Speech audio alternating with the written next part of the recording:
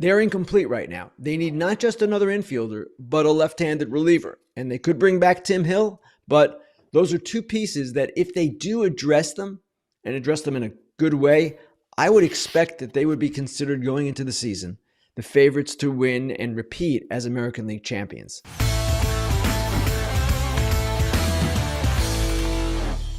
It's the Inside Scoop with FT Senior Insider Ken Rosenthal. Ken, it's Friday. We're a little loopy, so I'm going to give you an option. We're going to ask you about both of them, but would you like to start with Max Scherzer or Jorge Polanco, the two big signings of the past 24 hours? I would say Max Scherzer. Boom. All right, let's do it. Your thoughts. He's going to the Blue Jays. He is. And what's interesting about Max is that he's still going, right? At the age of 40, 41. And remember last offseason, he had back surgery. So he didn't have a full offseason. This offseason, he's healthy and in a position where he could work out and do his normal regimen. And I know he's excited about that, about the mere fact that he is having a full offseason. This is one of the most competitive people I've ever met inside or outside the game. And I would never bet against him. I know, obviously, he's had a series of injuries in the last few years, but I'm eager to see him pitch again in 25. Obviously, this is a different offseason. If we had heard anything about Max Scherzer before, it would have been like, whoa, Max Scherzer's going here. Things have changed with the back surgery and kind of the season that it is. Were there other teams that were in the mix? And I say that because of the fact that I don't feel like $15.5 million is that much for what he brings, that aura that kids talk about all the time, that competitiveness to a pitching staff, which I think is a huge, huge bonus for this team that already has a lot of really competitive pitchers. Well, the injuries certainly played a role in the salary. He's had a number of issues in the past several years. You can't count on him the way you once did. Remember when the Mets paid him 40 or so? It's not happening anymore. So that's the reason why he didn't get huge money. It was quite interesting, as Chandler Rome of one of our podcasts pointed out, that he got $500,000 more than Verlander. Those two guys have been in competition their entire careers, and I'm sure that was not an accident. So I don't know exactly, Eric, where the other interest was coming from, how much interest he might have had, but he's going to a team that you guys were just talking about, wants to be competitive. I'm not totally convinced yet they're there, but they've done a lot this offseason. Now, I still wonder, okay, even if they're good in 25, what happens in 26 and beyond, especially if they don't re-sign Vlad Jr. But are they going to be an interesting team on the field? Yes, they will be, and Max makes them that much more interesting. Ken, speaking of teams that are really going for it this offseason, the Seattle Mariners went and got Jorge Polanco. What is your reaction re-signing him? How did this thing come about? We heard about the Astros, but the Mariners end up snagging him and bringing him back. Trevor, they've been looking for infield help the entire winter. And Polanco is a guy that they had last year. They liked.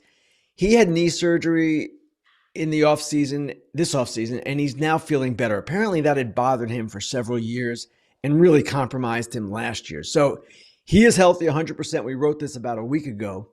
And that alone encouraged the Mariners, the Astros, and perhaps other teams to take a longer look at him. Now, he got 1 year, $7.75 million. Didn't break the bank by baseball standards, but the Mariners clearly are in a situation this offseason where they don't have much room to work with. So he's a guy that fits for them. He's going to play third base for them. And that's an area where they had a hole. They've got a number of options at second. They've got J.P. Crawford at short. They're going to be okay, I guess, but it's not what they should be in terms of spending. This is a team we talked about, if you remember at the start of the offseason, an obvious fit for Alonso, for Christian Walker, any of the big first basemen, and of course, none of that is happening. Talking about the Mariners, Ken, they have the pitching, as we know. They just picked up Polanco. That's really good. Couple things here. Are they done right now? I mean, you think about Jerry DiPoto. I mean, this is a big year for him coming up at the end of the day. He's got it. I feel like, in my opinion, it's a make it or break it year. He's been doing it for a while. We don't know that necessarily, nor do I, but I feel like this year, since the pitching they got, and, hitters should be hitting a little more. I mean, Ted Sims, when I talked to him, they said he could have been a World Series team last year if they just had the hitting. Of course, I believe that as well. But is this a make it break a year for him? And do you see the Mariners doing a little bit more? Todd, I'm not sure the answer to that question. And you can argue that, yes, it should be a make or break year for Dipoto, but at the same time, it's ownership dictating their strategy, ownership's budget that is dictating their strategy. Now, they've signed Donovan Solano and they've signed now Polanco. It's not great. We all know that. It's not the impact that they need. Those two guys are good players. They should help. Don't get me wrong. But this is a team that needs bigger than that. Now, in terms of the future, ownership has repeatedly backed Jerry Dipoto and given him additional chances to keep going.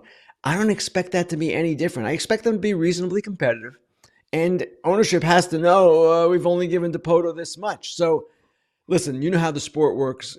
You guys all know that things change and ownerships get frustrated and GMs get fired, managers get fired. It can happen.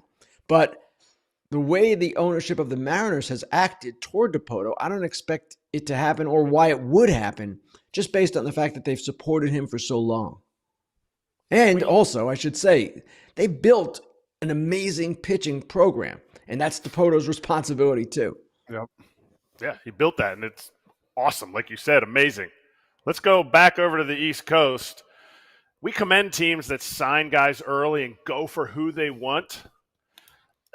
Did the Orioles maybe overpay a little bit for Tyler O'Neill based on how the rest of the market has gone? Eric, I wrote about this yesterday with Will Salmon in The Athletic, and I just sort of raised the question. I don't know that you can make a judgment yet because none of this is played out, right? But Tyler O'Neill is a guy who got 3 years, $49.5 million with an opt-out after one. He's a guy who's been hurt a lot the last few years. Profar, who is a guy who is flawed in his own way because really he has not succeeded outside of San Diego, and last year was the outlier. He was amazing. He was great last year. But he gets 3 years, 42 from Atlanta. That's a good amount less, and that's a month later. And then Santander, he got the big number, the 92.5, but with deferrals, it's more like 70. So his AAV is 14. Tyler O'Neill's is 16 and a half. You could make the case, well, maybe the Orioles should have waited this out. My question is more the choice and whether O'Neill proves to be finally a healthy player and one who is really productive over, 130, 140 games. He's a guy with immense talent. We all know that. And he's the right-handed bat they need to replace Santander. And keep in mind, they gained a draft pick by losing Santander after making him a qualifying offer. But I just want to see how it all kind of evolves this season. And I just thought in the column it was fair to raise the question. Okay, as you asked, did they jump too early? I'm not sure the answer is yes. I'm not sure the answer is no. But it's something that I'll be checking and we'll be following the whole year. Speaking of other interesting things that you've mentioned recently, Lance Lynn drawing some interest as a closer, which piques my interest as well, but I am interested to hear your thoughts. We all know about the mentality, but what else about Lance Lynn would make him a great closer, in your opinion? I'm on board, and he seems interested, but where this seems a little bit kind of out there for the current news right here in February. Trevor, when I heard it too, I thought it was out there as well. And I talked to Lance, and he said, yeah, teams have been calling about this, and they're noticing and seeing just what you just described. He is one of the most competitive guys in the game. He is absolutely unafraid. We know he relies on his fastball, and it's, here it is, hit it. So could he be Emmanuel Clase? I don't think so. But at the same time, he had a pretty good year last year, and he's had a pretty good career in general as a starter. So I see no reason why he couldn't succeed in the ninth inning. He certainly would not be afraid. Now, whether this all comes to pass and he ends up signing as a closer, that remains to be seen because he is still, of course, drawing interest as a starter as well. But here he is, and you asked about him and physically where he's at. Well, look how thin he is compared to where he was. He told me that he was at 280 and he's down to about 250, 255. He adjusted his training regimen because he was frustrated last year that he spent time on the injured list with that knee problem. So again, is this guy going to be Mariano? No. But could he close? I have no doubt he could close and probably be pretty good at it in a relative sense. He's not going to be one of the top guys, but could he get the job done? I don't see why not. Ken, I want to take us to the Yankees. We haven't talked about them in a minute. They did a lot of their damage earlier this offseason, but some fans are asking specifically about their infield.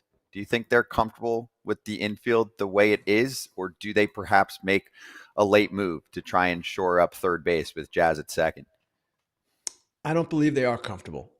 The question is, how much are they going to be able to spend? And Hal Steinbrenner has been pretty clear that maybe the line has been drawn now, or at least they're not going to go too much above where they are. So here they are. They want to trade Stroman. And if they trade Stroman, that could open up some things. But I don't expect, if they do anything, Scott, for it to be something big. I don't expect it to be Bregman. I don't expect it to be Arenado, though that is less expensive than Bregman would be, at least in terms of the dollars and the commitment you're taking on.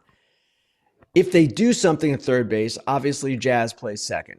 If not, well, it looks like Jazz plays second anyway. They go with LeMahieu, some combination of him, Peraza, and Cabrera. I don't know how that's going to work out, but they're incomplete right now. They need not just another infielder, but a left-handed reliever. And they could bring back Tim Hill, but those are two pieces that if they do address them and address them in a good way, I would expect that they would be considered going into the season the favorites to win and repeat as American League champions.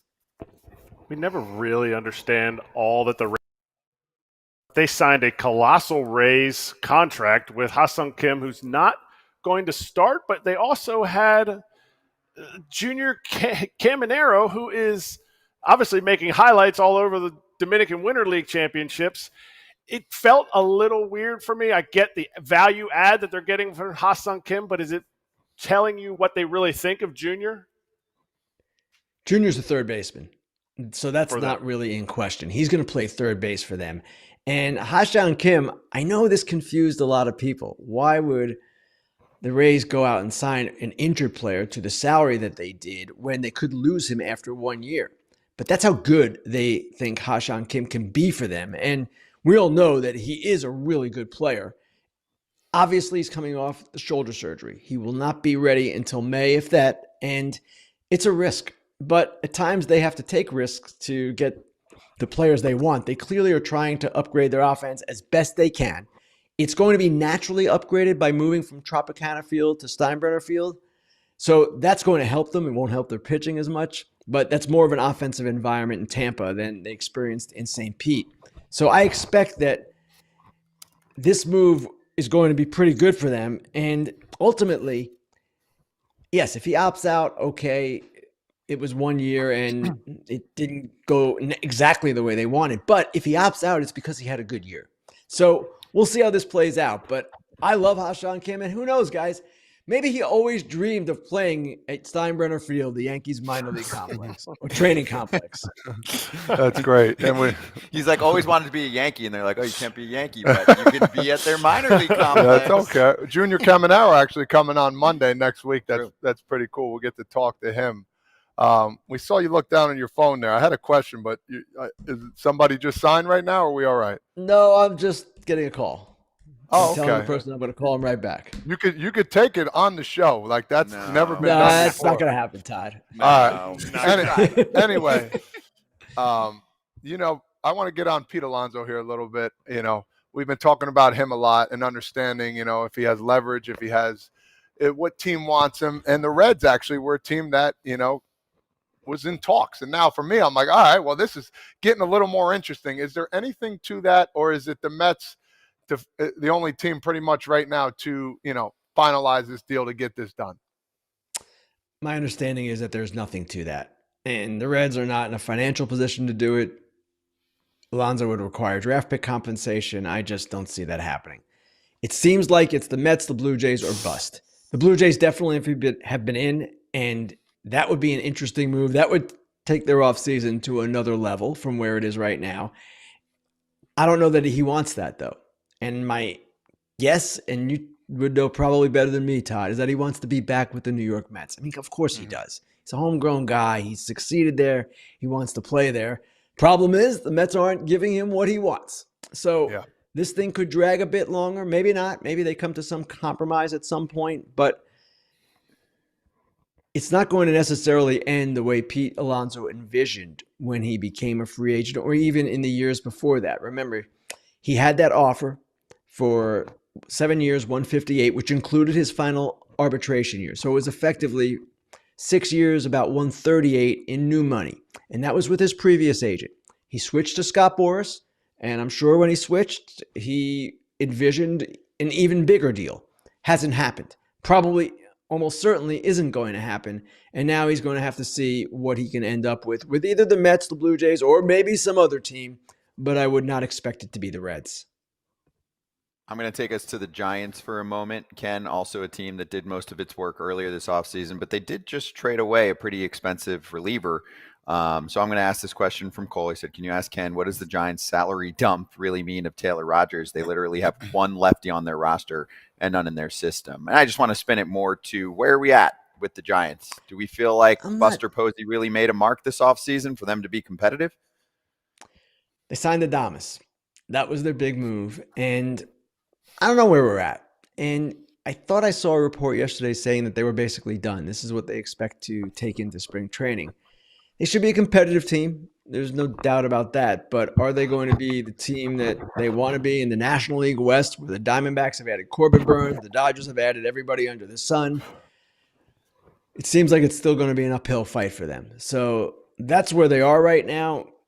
It's okay. Obviously, Adames is a good player who's going to really help them. They've done some other things around the edges, but besides Adames and Verlander, that's really it. And I expect Verlander will help them, but it's not a situation right now where I see them as anything better than a third place team in that division, and maybe, depending upon what San Diego does or doesn't do, a fourth place team.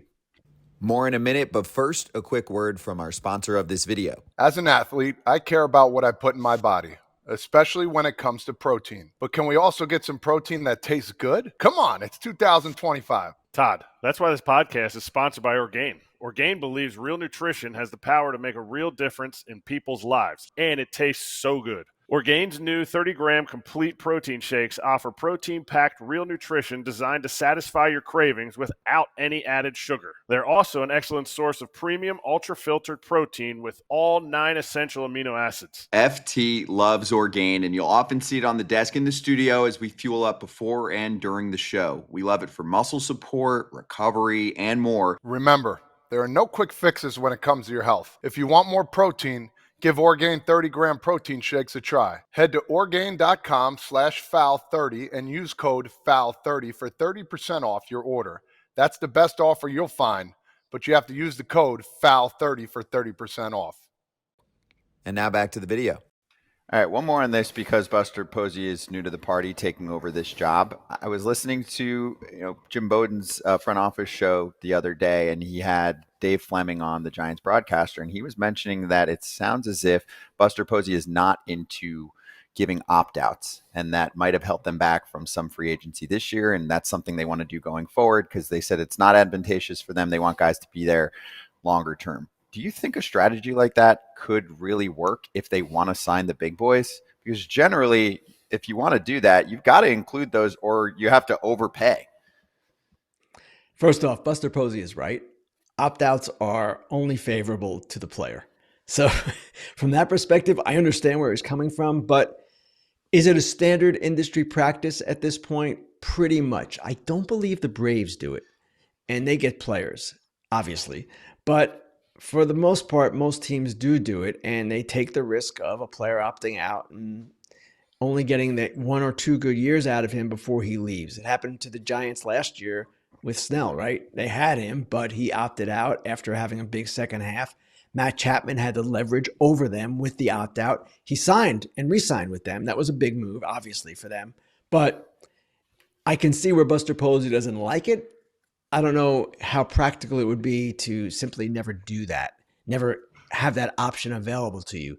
The way teams view it, opt-outs, deferrals for that matter, it's a tool to have in negotiations that you can use or not use. But if it's something that gets a deal done, you probably have to consider using it. Yeah, I'm with you there. Right. If you're trying to get the player, you got to do what you got to do and worry about tomorrow. Ken, thank you so much. Appreciate the time. We'll catch you next week on Fair Territory. Thanks, guys. And Fair Territory also had a live episode yesterday. Lana on a little vacay, so Hannah Kaiser took over with Ken. Great episode. A lot of other topics they covered that we didn't get to here, including actually giving some love and just getting into the Cincinnati Reds situation from this offseason. Hey everybody, be sure to like and subscribe for more content. We're back here every weekday, all year long, so do not miss an episode. The videos are coming in all day. Here's another video you might enjoy. Baseball the way it should be covered.